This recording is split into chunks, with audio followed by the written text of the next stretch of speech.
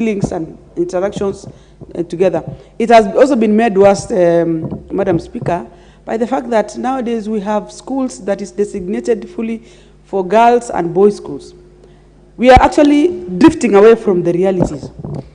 That when we encourage these single schools, sometimes, it becomes so hard for these children to understand and adopt this, their differences. Because when I am a girl and I am at my teenage, I would probably want to imagine the next person who is also a girl like me would be feeling differently, or I want to explore my other friend is feeling. And that is why we have all these LGBTQ problems in starting and eliminating right from primary and specific and mostly secondary schools.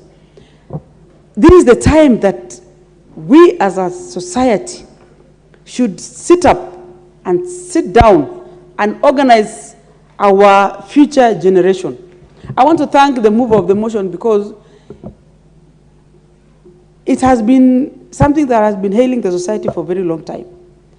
That is why we have, when there are remedies like FGMs, imagining that when you go and cut a girl, it is when you are trying to minimize the feelings that, you know, they are feeling amongst one another.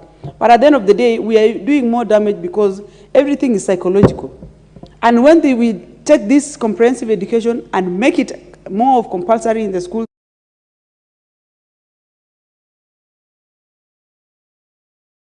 boys go through. For instance, Madam Speaker, when we grow up and we go to the universities, we now get opportunities to, you know, interact and be free because we assume that we are now more older than in our during our primary schools and secondary schools.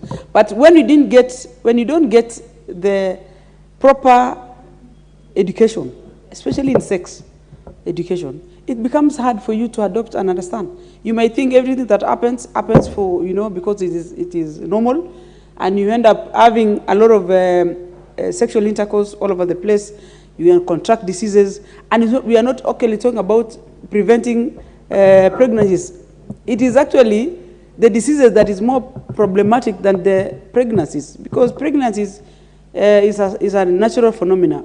As much as sex is also a natural phenomena, but the problem is that the injection of infections that has affected and it's ailing to society so much, specifically even in economical status, that hospitals are, you know, congested because of ARVs and treatments of gonorrheas and syphilis, which is actually a very traumatizing diseases.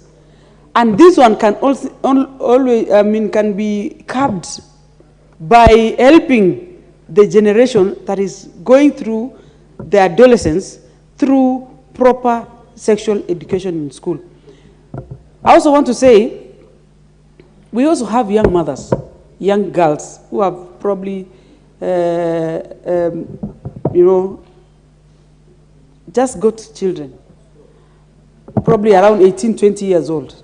These were the times when we were growing up. Our mothers and aunties would sit us down and give us a lot of information about, you know, getting married and, you know, taking care of your family.